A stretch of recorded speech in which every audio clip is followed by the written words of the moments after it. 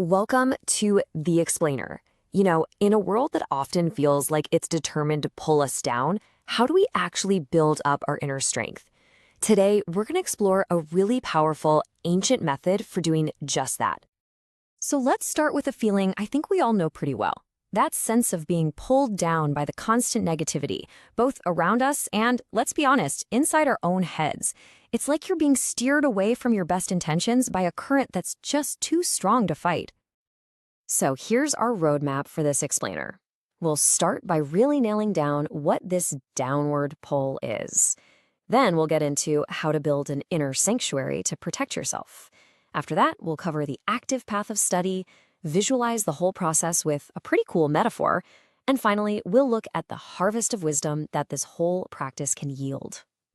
All right, first up, let's define this thing, this downward pull. What exactly is this force that seems to constantly steer us away from our best selves and, toward the path of least resistance? Well, the source material points to a few key culprits. You've got the external stuff, right? The pressures from society, even from our family and friends, all pushing us to just conform. But then there's the internal battle, our own ingrained habits and routines that have carved these deep grooves in our minds that are so hard to get out of. It's the combination of all these things that creates that powerful downward current. So how in the world do you counteract all that? Well, the text is really clear on this. You can't just wish the outside world away. You have to intentionally, deliberately, build a rich and resilient internal world. You have to create an inner sanctuary that can actually withstand all those external forces. And that brings us to the core solution that's presented, this practice of Swadhyaya. Now, this isn't just about reading a book. Think of it as the active, deliberate cultivation of your inner landscape by really engaging with the most profound ideas out there and with the lives of the great thinkers who actually embody them. And look, this idea isn't new, it's ancient. The Bhagavad Gita puts it perfectly. There is nothing in this world as purifying as true knowledge. The key word there is purifying. This suggests that knowledge isn't just about collecting information, it's a force for transformation. It actually cleanses you from the inside out. Okay, so let's get practical. How do we turn this big idea into something we can actually do? Because this is not about passively reading a page or two. This is about an active, structured discipline. The source lays out a really clear 5-step process. First, you have to prioritize it. That means setting aside real time and maybe even a little budget for it, just like you would for going to the gym. Second, you engage deeply, read slowly, think about what you're reading. Third, and this is so crucial, you record your insights. Think of it like collecting precious gems in a notebook. From there, you reflect on how to apply these ideas to your actual life. And finally, you plan the very first concrete step to bring them to life. Now, this is where the source material uses just a brilliant metaphor to help us visualize all this internal work. Honestly, it's one of the most powerful images in the text. It asks you to see your mind as a field. And for years, maybe your whole life, weeds. Those are our old negative thoughts and habits. They've been growing there, and their roots run deep. Simply wanting them to be gone? Well, that's not going to be enough.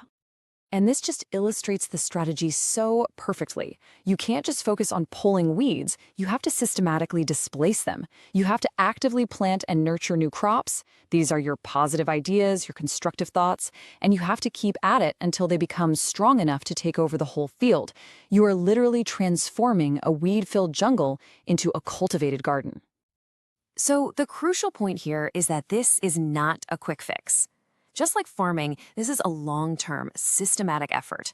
It requires patience, consistency, and a clear plan. You're not just hoping for a harvest. You are actively working the soil, day in and day out. So, after all this work, all this cultivation, what's the harvest? What do you get out of it? Our final section explores the ultimate outcome of this practice. The source makes a really critical distinction between two different types of knowledge. First, there's academic knowledge, the stuff we get in school, which is, essential for our careers. But then there's vidya, or transformative wisdom. This is what we gain through Swadhyaya, and its purpose. Well, its purpose is much, much deeper. See, while academic knowledge builds you a career, Vidya builds you a life. The fruits of this wisdom aren't job titles or bigger bank balances. They are qualities of your character. They are things like compassion, self-control, and a real, lasting inner peace that becomes the very foundation of who you are. And this right here, this is the true harvest. It's a complete transformation of your character that doesn't just benefit you. It radiates outward. It affects everyone and everything you interact with. This is how you change not just your own world, but the world around you. And so that leaves us with a challenge, really. The real question isn't just what you've learned here today, but what are you going to do with it? Looking at your own inner garden right now, what is the very first seed you're going to choose to plant? All right, today we're going to talk about something powerful, something that's often overlooked but is a real secret to success. It's a habit that has literally shaped history, and, it just might transform your life. It's all about the power of self-study. Okay, to really get this, let's dive into a fascinating scenario from our source. Picture this. You've got two lawyers. They both passed the exact same grueling exam. They put in the same long hours. They started with the same drive. And yet, their careers go in completely different directions. One becomes this huge, respected success, while the other just struggles and eventually fades away. So what gives, right? If they're starting from the exact same place with all the same initial advantages, what could possibly explain this huge gap? Well, the source material tells us it's not about luck, it's not about raw talent, it comes down to one single, consistent habit. Well, here it is. The secret, the one thing that makes all the difference, is a dedicated, continuous habit of self-study, or, as it's known in Sanskrit, Swadhyaya. This is the core practice, the defining factor that separates those who excel from those who just get by. But what does Svadhyaya actually mean? Because, it's so much more than just cramming for a test or casually reading a book on the weekend. It's a whole discipline, really, for both your mind and your spirit. So it's basically a two-step process. First, you study these powerful, enlightening texts. But then, and this is the really important part, you follow that up with deep thinking, with real contemplation and reflection. See, the goal isn't just to collect information. It's to actually integrate that wisdom into who you are, into your life. And our source makes a really crucial distinction here. Swadhyaya is all about creating change on the inside. It's not like just going through the motions, performing some kind of empty ritual. That's all external. Without that deep reflection, you just don't get to true self-knowledge. In fact, the practice itself is seen as a kind of deep meditation, a real discipline. Just the act of wrestling with these big ideas on a regular basis, well, it sharpens your focus and really purifies your mind in a powerful way. Okay, so that's the theory. But how does this actually change a person in their day-to-day life? Let's get into how it forges a stronger, more disciplined character. The source lays out this really clear path. See, it all starts with regularity. You just make it a habit, no excuses. And from there, you naturally start to organize your day around it, bringing a kind of order to your life. And it's that consistency, that's what builds that incredible self-control over things like laziness and distraction. And then you get all these other amazing benefits, right? It's like a ripple effect. When your mind is full of great ideas, you just don't have time for bad company or negative influences.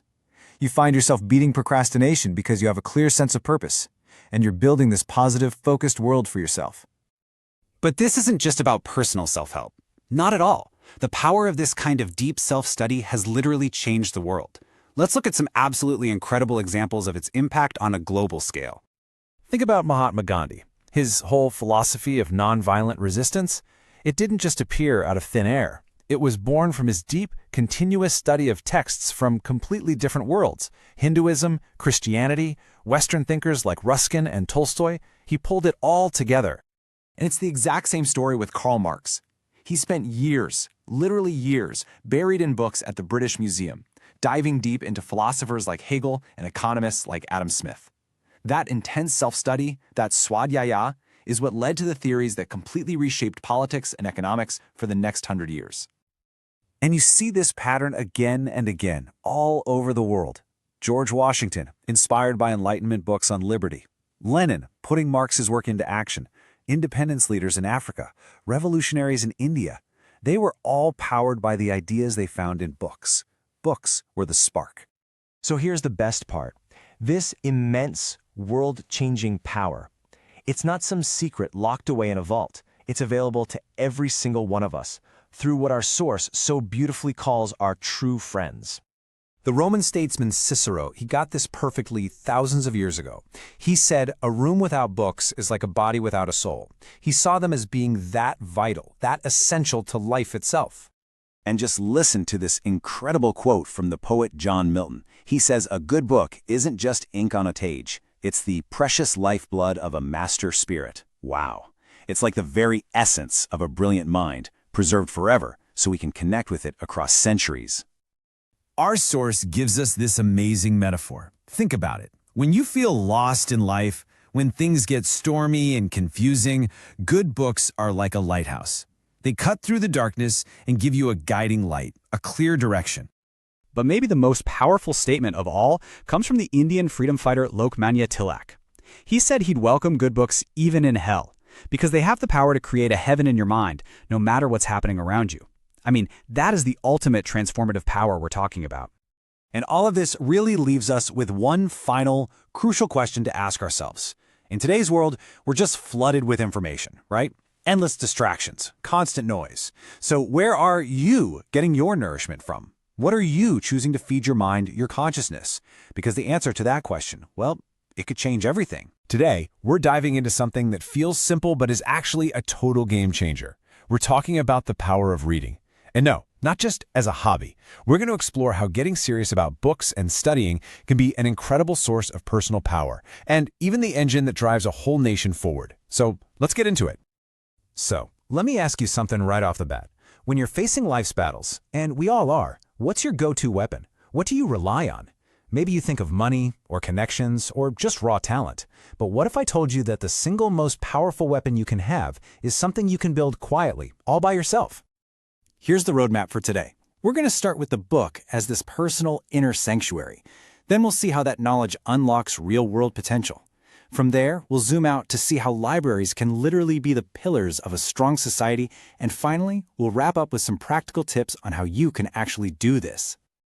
All right, first stop, the most personal part of this whole thing, the relationship between you and a book. And look, this isn't just about downloading information. It's about creating a fortress inside your own mind, a place of total focus and peace, no matter how chaotic the world gets outside. I mean, what a way to put it, right? This quote frames books not as just paper and ink, but as living things, sources of wisdom. The idea is that when you truly engage with them, when you worship them through study, you get an immediate reward, a boon, something that helps you right now. And this isn't just some abstract idea. Check out this incredible story about Lokmanya Tilak, an Indian freedom fighter. He had to have a serious operation, but he made a choice that just blows my mind. He refused anesthesia. Instead, he asked for just one thing, a copy of the Bhagavad Gita.